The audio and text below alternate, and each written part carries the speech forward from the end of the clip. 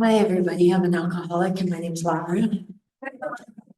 Um, if you were in a room filled with my sponsees, all of them would have shouted, "It's Lara, not Laura." Um, I don't know. Thank you for having me. Thank you for inviting me, and welcome to the newcomers and the people coming back. Every single time I'm asked to share, I start with a prayer. So I'm just going to do that now. Please, God, help me get out of my head and into my heart and let the words that I speak be yours. Just feels a little better. Thank you. And then my sponsor says if I say something that you don't like, you can take it up with God. Um, man, I just remember what it was like to be new, to be coming back. And I have had such an incredible weekend. I just feel on fire and grateful to Alcoholics Anonymous because the weekend I had is not the weekend that was planned for my life. You know, like I got picked up at the airport. We had San Francisco rolled out for us. I brought a sponsee and a really like a friend of mine, and he showed us like I told her she's never been to San Francisco, and I said, you saw in one day what most people come here for a week. Like we've just been like, we're staying in a room that's the Wizard of Oz themed, and it's just the best thing ever. It's just like I'm like there is no place like home, you know? It's just like I just feel so grateful. That is not the world I grew up in, right? No fantasy, no joy. I will tell you that I grew up in an alcoholic home. My mother was 16 when she had me, and she was shunned by her parents, who were ultra right-wing religious. And here's what I'm going to tell you, though. My mom, anything I bring up, she's okay with it. As a result of Alcoholics Anonymous and my vigor for it, the first time I came to Alcoholics Anonymous, I was going to get everybody in my life sober. And in my family, I went and picked my mom out of a crack house and threw her in detox, and she's 30 years sober now. So thank you. Because without Alcoholics Anonymous, I wouldn't have a mom, and I wouldn't have the beautiful relationship I have as a result of the steps and the traditions. And she's just such a good mom, and she's such a good grandma, and you guys taught her that. But she would stand here and say that in our home, she made Hitler look kind. She was a very mean human being when I grew up. And so when I found alcohol at a very young age, I don't remember the first time I drank, but I remember the first time I got drunk, and I was 5 years old. And if that sounds insane to you, it does to me too. I mean, in a million years, I have children that are 26 and 36, and they would not have access to alcohol and drugs like I did. You know, but I did. And when I found it, it did something for me. I don't think I drank alcoholically the first times I got drunk, you know. I think that alcohol did something for me that protected whatever was going to happen to me. And I tell you those things because what I've come to know as an alcoholic and through the process of the 12 steps and learning about our program is that none of those parts of my story make me alcoholic. There are people that grow up in the world that I grew up in. In fact, my sister who grew up in the exact same circumstances, and she's not alcoholic. Right? What makes me an alcoholic is that when I pick up that first drink, I crossed over to this time where I stopped being able to choose when I was going to stop. And I wanted to over and over and over and over again. You know, I didn't drink alcoholically in the beginning, but by the time I was 7, I drank and smoked at home. I was allowed. I mean, it's absolute insanity. I was talking last night and I was thinking, you know, I remember I went to 19 schools and I quit when I was a month before grade 10 ended. That's how often we moved. So I would start a new school and I'd be like 8.5, you know, and I'd have a boyfriend and I talked to my teacher like my old man's in that class, you know, like who talks like that, right? You know, now my mom's old man's doing time, and I try to be so cool, right? But you know, like nothing ever happened to take us away or do any of those things. But I'm so far removed from that language and that way of being. And the best part is I'm far removed from the idea that I'm broken. and then I'm bad, and then I'm flawed, and then I'm dirty. Because I grew up believing that forever. And alcohol was the only thing that gave me relief from that. Alcohol made me feel a part of what was going on, a part of what was happening in my home, and I sought it. You know, I hid it around the house, and probably by the time I was 12, I was a daily drinker. I'd left home several times before that. I was a runaway. I always thought if I could just get out of here, it wouldn't be so bad. By the time I was 12, I left home and I went back maybe one or two more times. And by the time I was 14, I ended up on the streets and I was a daily drinker. I could not get a day sober. And I believed, because I didn't know that I had the disease of alcoholism, I believed I was bad and flawed and broken. And I did whatever it took to get more so that I could just stop feeling that way. You know, and I wanted to die more than I wanted to live, and I kept living. And it was an awful, awful, awful existence. You know, if you're new and you don't know the language that we use, sometimes you'll hear people say things like geographical cure. And I had no idea what you were talking about. But for me, it meant that the disaster of my life, the inability to associate it with alcohol, required me to find a solution. And that solution was always, I got to get out of town. I got to stop going to that bar. I got to stop dating that guy. I got to stop hanging out with those people. I got to move cities, you know, and I moved back and forth across Canada. When I was about in between 16 and 17, I took a hostage. He was a man that I met at a bar, and he thought I was of age. The drinking age, by the way, is lower than here. In Canada, it's 19. But I was 16, probably looking 12. And, you know, how they ever let me in the bar, right? But I was, you know, dressed for success.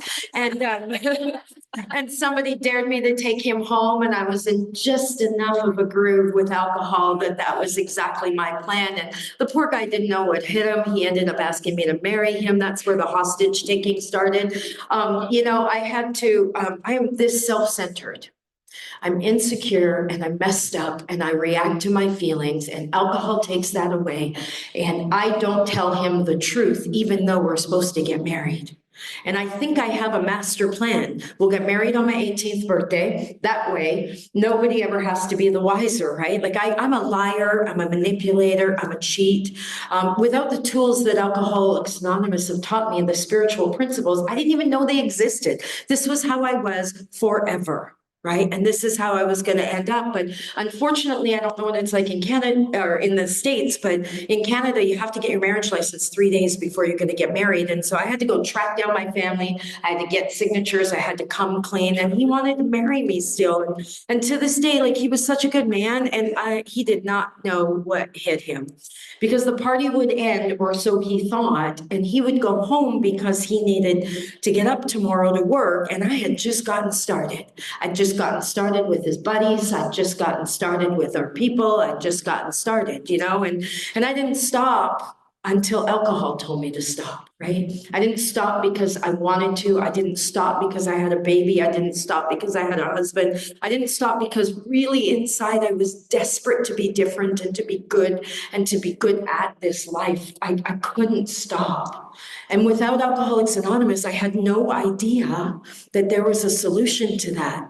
And so I kept wanting to die, and I just kept living, and it was an awful, awful way to be. I left my husband when things got really bad there. I talked him into paying for me to fly back to British Columbia. We were in Ontario at the time, and I mean, like, we joke now. I said, you realize you literally paid for me to leave you? Like, you know, I'm manipulative. And so I let him know in no uncertain terms, if I could just get out of this town, if I could just get away from those people, if I could just get back home, everything would be better. And I ended up back in Vancouver, and there I was, right? And the minute I got off the plane, I was partying, and I picked up the first drink, and I never know where I'm going to stop. And it just leads to despicable, demoralizing things. I ended up back on the streets of the downtown east side, and somebody actually picked me up off the streets, and they trafficked me into this is the first time I came to Seattle. Was I was brought here by a group of people that had taken my identification away, and kept me loaded on a daily basis for almost the next 3 years. And In 1991, they had brought me over to Hawaii, and I was a shell of a human being, and I expected to die all the time, and I did what they told me to do, and they kept me loaded. And one night, I woke up in a hospital, and this is just part of my story. Again, I'm not Alcoholics Anonymous, but I don't have a different story. I overdosed and I ended up in a hospital. It was the first time I'd been separated from them in the 3 years that they had had me down here. And I came to, and the hospital offered me to go to detox. And I went to a detox center, and they bussed me to my first meeting of Alcoholics Anonymous. And it was in Honolulu, and I don't remember anything that was said. I remember the jerk person beside me, when they asked if anybody was new or coming back, they raised my elbow and everybody cheered. And I thought, whoa, I just had a bad night, man. Like, I did not know what's happening here, but there was no plan to get sober. And I didn't understand the language, and everybody seemed happy. And I knew if they knew me, that I wasn't going to be a fit, because I was dirty and I was broken and I was flawed. And I quickly left that meeting and went back to do the things that I knew, right? The ways and means of getting loaded that brought me to a place that was so very dark. You know, I got sent and shipped over to Osaka, Japan, and that's actually where the message of Alcoholics Anonymous was carried. And it was carried very uniquely. I was in a blackout drunk over there. And I'd met a keyboard player at the beginning of the night, and I guess I'd given him my number, and he had expected a few things, but I'd ended up with the lead singer. And while I was walking to the lead singer's hotel room, the keyboard player threw a case of beer at us. And that's sort of the last vision I have. I go into a blackout, I come to in my apartment, and the phone's ringing, and this keyboard player is on the phone, and he says, "Hey, Letitia." Because I didn't use my real name over there. If you can imagine, my name is Lara. So in Osaka, it was Rara.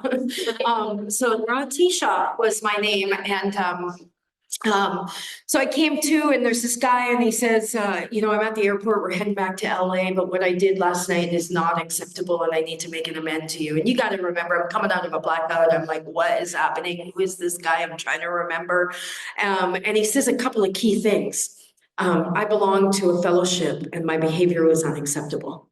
And I don't even know what the word amend means, but he says, can I stay in touch? Well, I'm not a stupid alcoholic. You're in a famous rock band. Buddy, you can call me anytime. You know, like, yeah, I want to stay in touch, right? But I'm telling you, this man, he shared with me his experience over the next 4 months. I ended up back in Vancouver.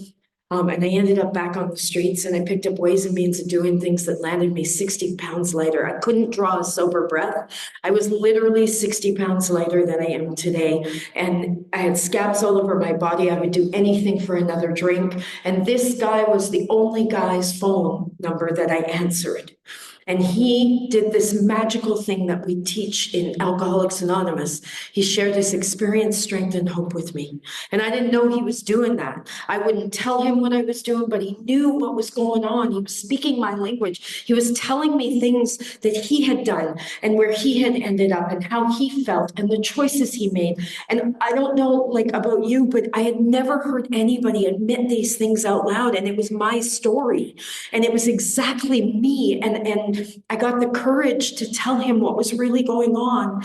And he suggested I go to detox, you know, and I knew a couple of things, right? I knew if you called detox that you weren't getting in today. I don't know what it's like here, but back in Vancouver, you got to call every day. You got to be committed, right? And you get on a list and you got to call daily. And anyways, so my alcoholic, manipulative, conning, lying brain thought, if I tell him I'm going to go to detox, I bet I could call him back and get 20 bucks, right? And then I could call my auntie, who was the last door that had talked to me and said, no, don't call. But I'll let her know I'm about to change my life. And if she could send me 20, that'd be helpful too.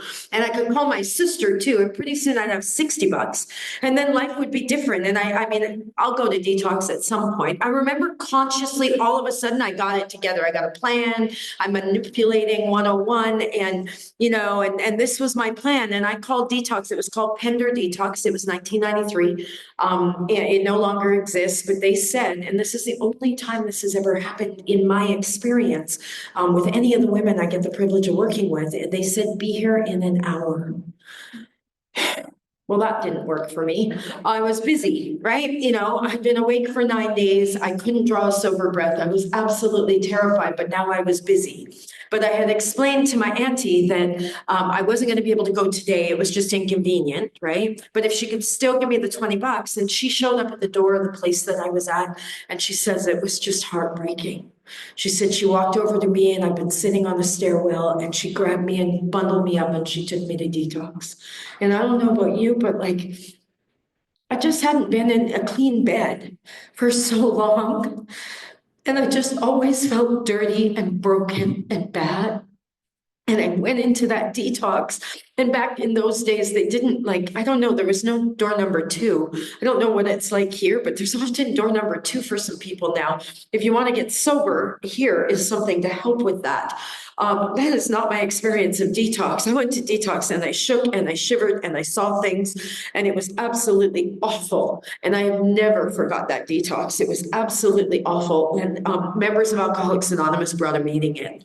And I will tell you, I am forever grateful for H&I, especially the good-looking people that join H&I, because the men that came in were hot. They were, I'll never forget it. They wore leather jackets and triple soles on their boots, and people would say crazy things like, "If you want what we have," and I was cleaning up now, you know, and the scabs were covered by shirts, and I was thinking, I got something for you, you know. I don't know what it was, but it was like, it was attractive, right? And I thought, well, yeah, I'll do what they say. And I didn't hear a thing about being sober, about legacies, about the big book about Alcoholics Anonymous. I couldn't stop staring at his eyes, you know, when he would come in and bring this meeting of Alcoholics Anonymous. And that's how I got to my very first meeting of Alcoholics Anonymous. I looked for the good-looking man in H&I, and I joke and say it's been over 30 years I've been coming. I've never found it's like brutal, right? But anyways, my sobriety date, I wish I could tell you that 1993 was my sobriety date. March 25th, 2007 is my most recent sobriety date.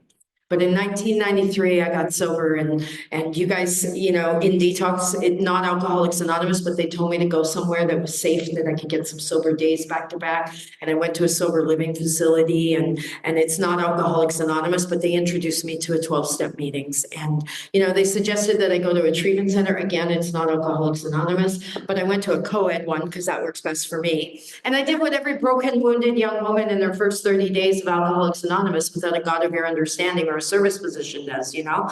I met the love of my life, right, at a treatment center. And I am so grateful for good sponsorship, because I remember I heard all kinds of things from the podium, but I called my sponsor and I said, "Hey, I met this guy. He just gets me. Like, nobody has ever got me like this. I've never even spoken to anybody like this." It helped that he was 6'4" and looked like a GQ model, but you know, yeah, he just gets me. It's so good. And I said, am I allowed, you know? And she said, "Oh, honey, you do not want to give me that much power. I am an alcoholic woman." She says, "You do not want me running your life. It is not up to me whether you get in a relationship or not." She pulled out that big book and she showed me in the big book where it talks about we are not arbiters of anybody's sex conduct. She says, "It is none of my business whether you want to get in or out of a relationship. Whether you want to live with that person, not live with that person, take that job or not take that job. But there is a good chance at 28 days sober, you are going to mess this up. You're going to get your heart broken. You're going to do something and fall in a pile of shame. You're going to feel guilty. He's going to do something to break your heart or make you feel a certain way. And here's the deal, honey, I can help you stay sober through any and all conditions." And so she got out of the way and I got into it, you know, and I got in that relationship, and I'm telling you, that relationship saved me. How? Not because of him and nothing special, but the reality was, without the 12 steps of Alcoholics Anonymous, without a God of my understanding, without a service position, when I came to you, had I not been in that relationship and been forced to hang out with the old timers, I would have slept with everybody. I would have wanted to get out of my feelings, and I didn't have any tools for doing that. And so I would have made mayhem in Alcoholics Anonymous, and I wouldn't have picked favorites, men, women, it wouldn't have mattered. Just get me out of my feelings, right? And it's so important that you know, because I came into Alcoholics Anonymous in a relationship now that the old timers wrapped me up in their arms. And I was young and there wasn't a lot of young people back then in Alcoholics Anonymous. And I'll tell you, old timers never, ever, ever let me leave a meeting without a plan for a meeting tomorrow and a ride. They never, ever let me leave a meeting without a coffee. They never let me leave a meeting without a surface position. I remember I'm self-centered, and you guys don't have to put your chairs away, I guess, here. But this is how self-centered I was in the beginning. I smoked, right? It was a long time ago, and I smoked cigarettes. And about the last 6-7 minutes, all I could think about is, when is this going to end? I need a cigarette so bad, right? I'm not listening to the words that are being spoken. I just cigarette, like make them stop, right? And so I get up, I fly up out of my chair as soon as the serenity prayer was said, and I drop my hands and I go have a cigarette. And this old timer, I kid you not, threw his ashtray at my head. You could smoke back then, but I didn't like to smoke in the meetings. Threw an ashtray at my head, and he says, "Where are you going, princess?" And I was like, super offended. Like, who talks to a newcomer like that? And I'm in front of all of you, so I'm embarrassed too now, right? And half my brain is going like, who does that? What a crotchety old, whatever. And he says, "You mean to tell me we're dealing with the disease of self-centeredness and selfishness, and you're gonna let somebody else pick up your chair? Pick up your chair, princess." That man saved my life, because he said to me, "It starts here. It starts here." And guess what? I listened to him because he was my flipping ride home, Like, I don't know the magic in that, right? I probably would have done one of these had he not been my ride home, but he was my ride home and I listened to him. And at that time, I couldn't talk to you. Right? I had no self-esteem. My chin didn't come off my chest. I have an old timer driving me to a meeting, and he tells me I'm going to wash coffee cups. And I didn't know that he was giving me the privilege of meeting one other alcoholic that was willing to wash ashtrays and coffee cups, that I knew and could introduce myself, because, I greeted tonight, and there's no way I could have done that in the beginning. I was so afraid and I was coming unglued, but he did things for me that I couldn't do for myself because I didn't know they were to be done. You know what I mean? He was 28 steps ahead of me all the time. And this man sort of, he wrapped me up in his arms and he mentored me, and my life started to get put back together.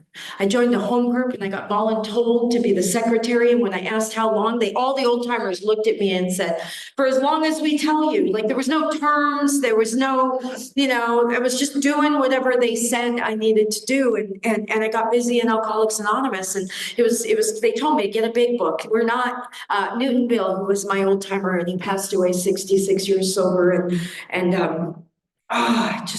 I wouldn't be me without him. And yeah, I'm so grateful. But he said to me, "We don't come here to spend a year finding our inner child." And he's like, "We get busy in Alcoholics Anonymous and we get a job." He said, "You get a big book and you get a lunchbox and you get busy, and he got me busy, and I didn't know what I was going to do. I didn't know what qualifications I had. So old timers in Alcoholics Anonymous sat me down, and I had the courage to tell them what I had done in the past. And they helped me put a resume together. And I remember they sat me down and they said, "Honey, you're fabulous at customer service and sales." And I had some transferable skills, it turned out. And they told me that they would be my white lie references, and I would do that for any newcomer that needed it. They told me I've been setting up at my home group, and I've been cleaning up at my home group, and I've been doing service, and that they would say that I had been volunteering for them, and that any reference check needed, they would be that for me. And you know what? You guys put me back together. You taught me how to talk like a lady and dress like a lady. Like, I could rip the skin off the back of your neck with my mouth at the time. I didn't know. You loaned me clothes. I got identification. A grateful member of Al-Anon taught me how to parallel park, and I got my driver's license. Got my first square job, and it was customer service. And I walked in that office, and I had to go turn my computer on in my cubicle, and I didn't know how to do that. And immediately I felt embarrassed, and I did not know how to ask for help. And I never responded to embarrassment. I had always reacted. And I don't know if you know what I'm talking about, but in that moment where I don't know how to turn the computer on, my head immediately goes, "I don't need this job. Screw you. I'm out of here. A drink will solve this. I don't need to, and I'm in a mess immediately. And I'm willing to throw away everything that had been happening in my life, because in that moment I have a feeling and I don't know how to respond to it, and I've always reacted to it, and I'm about to amputate everything. And just as I'm walking out the door, the woman I had met that was in another 12-step fellowship that was my manager, she saw me and she called me into her office, and we lit up a cigarette because you could smoke back then. And she asked me what was happening. And it was the first time in my life I had the courage to tell her, I'm too embarrassed. I don't know how to turn that computer on. And she said, babe, I'm going to show you. As if you already know, we're going to walk over there together. You're not alone. And she turned that computer on for me, and I got another day sober. And I don't know about you, but I was about to burn it to the ground. And I didn't know how to deal with those feelings. And I hadn't yet completed the set of steps. And I didn't know that that's how I ran through life. I didn't know after 19 schools, I reacted to embarrassment that way. I didn't need those friends. I didn't need those people. I didn't need that city. Screw him. I didn't know I'd always been doing that. And 3 weeks later, when the staples ran out in my stapler and I didn't know how to put them in, that same feeling came back. And I can feel it right now. It's everything, and it's consuming, and I don't have a solution, and I gotta leave because I know what to do when I go back downtown. I know how to live that life. I don't know how to live this one. And just as I'm making plans to leave, that same woman calls me into her office, and I'm telling you, we sat there and I had a cigarette and I told her what was going on, and she taught me how to put staples in the stapler, and I had a little bit of dignity left, and I walked back to my desk and I got another flippin' day sober. Like, that's how I did it, one flippin' day at a time. And these people, these gifts that came into my life that I now know that God put there, taught me everything. 2.5 years later, I was the purchasing manager of Canada. I have a grade 9 education. I don't say that to impress you, but it impresses the heck out of me what God had planned for me, because I would have shortchanged myself.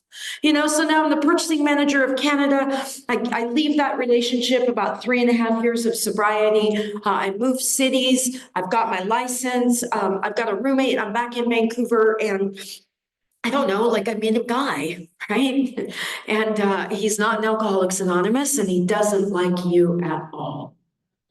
And he says things to me like, oh, you're going to a meeting? I was really hoping we could spend some time together tonight. And that felt good. That felt really good. So it just made sense that I wasn't going to go on Sunday. I'm just going to spend time with him, and we're going to make dinner together, and it's just going to be lovely, right? And Thursdays, I think, I don't really need a service position. I've been doing a lot in Alcoholics Anonymous for a number of years now, and another year goes by, and we start a business, and it gets very successful. I've got 50 employees, and, isn't the whole point to get a life?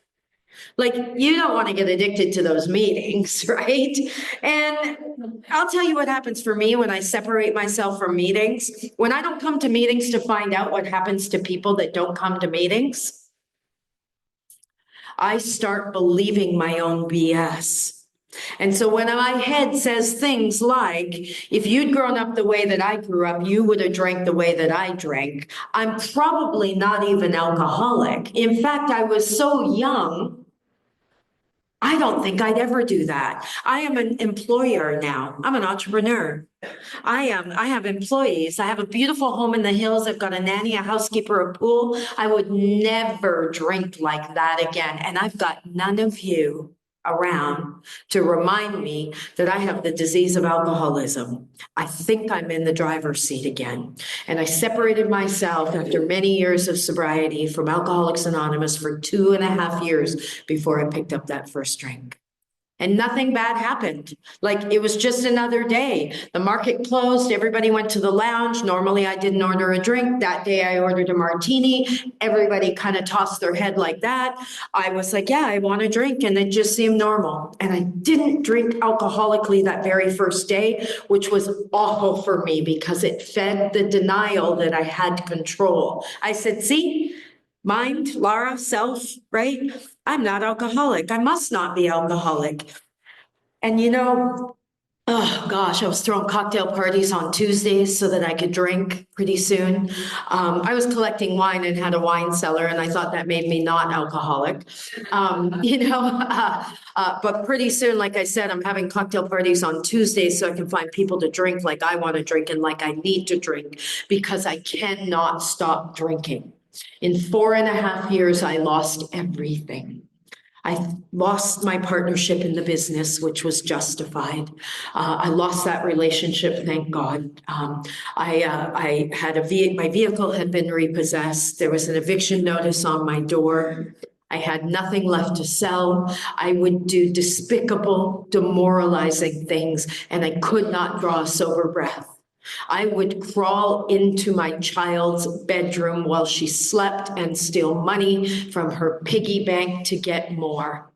And I would walk out that door while she was 5 years old, thinking I'll be back in an hour, and call my mom 20 hours later, please go to my place and take care of them.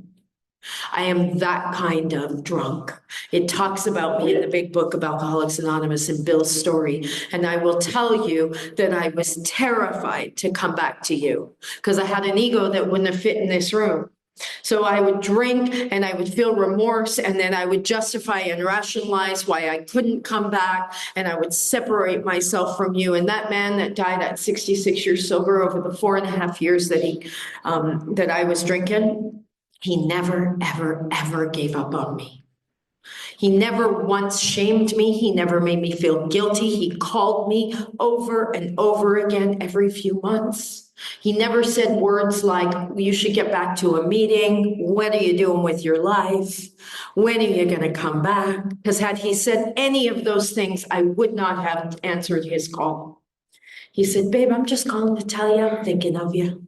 I just want you to know I love you. And I heard his voice over and over again. And I knew Alcoholics Anonymous could be a safe place for me, and I didn't know how to get back. And I finally ended up in the rooms of Alcoholics Anonymous. And I'll tell you, I sat in the back of the room and you asked if anybody was coming back. And I'd raise my hand, and then after the meeting, you'd come up to me and you would say, can we help you? And my ego wouldn't have fit in this room. And I'd say, no, I was sober for many, many years. It's okay. I'm going to get a big book and a sponsor and a home group. Thank you so much, though. And I'd get drunk that night. I'd go to 2 and 3 meetings and I'd get loaded. It was absolutely excruciating for so long. For 2.5 years, I kept coming back and coming back. And Newton Bill would chase me out of the room and I'd say, I know. And he'd say, no, just keep coming back, babe. Just keep coming back. It's okay. No worries, right? Just wanted you to know I love you. Right? And bless his heart, because he gave me a safe spot in Alcoholics Anonymous. And anyways, I finally came back and I was dying, and these women talked me into going to a women's retreat. It might have been I don't know. It's the same women's retreat that I met Debbie at. And anyways, it's at this lake, and it's where all the shiny, happy, skinny bitches hang out. When you're 28 days sober and you've got no self-esteem and your chin's on your chest and they're all getting along and like kumbayaing and whatever, and I'm thinking I wouldn't have drank with them, and I just got to get out. It feels like I've got this open wound and people are scraping in it, and I wouldn't have been drink with them, right? Like I don't want to be friends with them. And the truth is, all of those thoughts are because I'm terrified. I'm so scared, and I feel so worthless, and I feel so ashamed, and I feel so guilty, and I feel so separate that I got to make up a story to separate myself from you. And none of that's the truth, right? I've gone there over and over again over the years. And I know we all just feel a little bit of that at some point during the weekend. It's way too much estrogen over the weekend, right? But it's awesome now. But back then it was not awesome. And I was making plans to go get drunk. I'm 28 days sober. I do not want to hang out with these women. I need a drink. A drink will fix this. The only thing that'll fix this is a drink. And I walked down these couple of stairs because I'm going to hitchhike back into Vancouver because I got no car. And this woman that had known me from the 90s, who became my sponsor, called out my name. And I've never forgotten this feeling, because finally she said, how you doing? And I hadn't said hello to her because I was so afraid she wouldn't remember me. I think I probably would have died if she hadn't remembered me. And she said, how you doing? And for the first time in 2.5 years, I said, I'm not doing good. I can't stay sober. And I'm so afraid all the time. And if this is sobriety, I gotta go drink, man. I just can't do this anymore. And her sponsor was standing next to her and she said, she's gonna sponsor you. And Margareta looked at me and she had heard my friend speak recently to that. And she looked at me and she said, are you willing to take direction with no debate? That one sentence saved my life. She said, you're going to have to act like it's your very first time in Alcoholics Anonymous, Lara. You're going to have to act like you've never been here and you never read the big book, and you're going to have to stop telling me what you think you know. I know you know some stuff, but you have to be new. You just got to be new, and you just got to take direction with no debate. And I had nothing to lose. And so she started telling me to do stuff, and she couldn't figure out which thought got me drunk. So I had to wake up in the morning, and we would read the literature together, and I was exhausted, and I was a single mom and I worked full time. And she said, then you're going to get up at 5, like that's the deal. And so I'd get up at 5 and we'd read the literature. We'd have our very first meeting, and I'd walk to the SkyTrain, and I'd get on the SkyTrain and she'd talk to me about what we'd read. And I'd go into my office and I'd call her and she'd ask me if I'd eaten, and she'd tell me to call her after I ate. And then she'd ask me what I was going to do next. And I'm going to see some clients. And then she'd tell me to call her after the clients, and then somebody would come pick me up for a noon meeting, and I'd call her after the noon meeting, because she said, there's days you go to 3 meetings and you're drunk tonight. She said, we need to talk about every time you have a thought, man, because we really can't identify what thought. You're going to have to live step 1, and step 1, if I'm without a power and my thinking is unmanageable, I'm going to have to ask for help for a power. And so I kept asking for help. And I'd get home and I'd done 2 meetings today, and I had a little girl, and I'd pick her up, and I'd been making her dinner, and I got to get laundry done, and I got chores, and I would call my sponsor really equipped with a story about how tired I was. And I'd already been for 2 meetings today. And I knew she would say, just take it easy tonight, right? And I don't know about your sponsor, but my sponsor would go, oh yeah, sounds like you're tired. No one's asking. But yeah. And I would just be floored, right? Oh, she just doesn't get what it's like to be a single mom and working full time and all these responsibilities. And she'd say, okay, now go pack up the coloring books in the bag. And I know you don't have money for bus fare tonight, so walk to the closest meeting. And I was just I thought my sponsor was my employee. So if she wasn't telling me what I want and doing what I want, I was going to fire her, right? But she wasn't my employee, and I had agreed to take direction with no debate. And so, I had to pack up coloring books because there weren't iPads back then. And I packed my daughter up and we'd make a game of it, walk into the meetings, and she'd color or go through my wallet. And my little one she's been to probably more meetings than a lot of you here. And she is just an incredible human being as a result of you helping me raise her in Alcoholics Anonymous. But the gift my sponsor gave me is that by the time I walked home, because I don't have the courage to ask for a ride, but by the time I walked home, my head hit that pillow and I had no more thoughts. And I got another day sober. And it was that simple. It wasn't easy, but it was literally that simple. And she did that for me day after day after day until big life started happening. About 5 to 7 weeks, I got served with custody papers, and I should have lost my children. I really should have lost my children. And I know that. But I didn't want to lose my children now. I was sober and I was trying to be a good mom, and I was terrified, and I needed money for a lawyer, which I didn't have, and I had no faith. And I would call my sponsor, who was a very busy, successful businesswoman, and I would say, hey, I need money for an attorney, and it's never going to work out. And maybe I should just give her back to him, and I should just walk away, and she'd be better off without me. And the tirade of Lara's mind would come out, and she would say, shh. I'm super busy right now, right? Forgetting that my sponsor has a life, I forgot to ask, hey, is now a good time, right? I never did that in the beginning. I was so self-centered. You're supposed to be available for every conversation I want to have. The conversation and topic is me, and it's always going to be me. And then when I'm done with you, you can go, right? And if you don't do that, I'll fire you, right? Oh my God, I was self-centered to the core. And so I would call her with this information and these fears and this chaos and this drama, and she would say, oh, whoa, super busy right now. Are you going to a meeting? And I'd say, yeah, I'm going to a meeting. Okay, I'd like you to find a newcomer. I'd like you to take them out for coffee. And I'm like, who? Well, they raise their hands and say they're new and coming back at every meeting. I don't care who, right? Take them out for coffee, ask them how they're doing, and shut up. And I was like, how is that going to fix the fact I need an attorney? I probably should give up my child. And she said, stop it. We'll talk about that after. Go to a meeting, find a newcomer, take them out for coffee. I got nothing to give. Go to a meeting, find a newcomer, take them out for coffee, ask them how they're doing, and then shut up. And then give me a call. And I thought that was the stupidest advice and direction I had ever received in my whole life. And I had agreed to take direction with no debate. And I went and I did it. And I did it over and over and over again. And I will tell you that as a result of the privilege of newcomer shopping, I got out of my head. I got another day sober. The faith grew. God did for me what I could not do for myself. And I got to be sober in Alcoholics Anonymous. And God willing, this month I'm going to have 18 years of sobriety. And that is a flippin' miracle. Because over the course of 18 years, I have never forgot that the solution to everything is go find a newcomer, take them out for coffee, ask them how they're doing, and shut up. The solution to everything has been that in my life. I newcomer shop on the phone if I need to. I newcomer shop at meetings. I'm desperate to get out of my head. And please, please, please, the very worst thing you can do when I'm going through something is give me space. Don't leave me alone if I'm sponsoring you. Don't leave me alone if you want something. Get me out of my head and tell me what's going on for you. I will tell you that the gift you have given me has built my self-esteem in ways I never imagined. It has helped me get through things I never thought capable.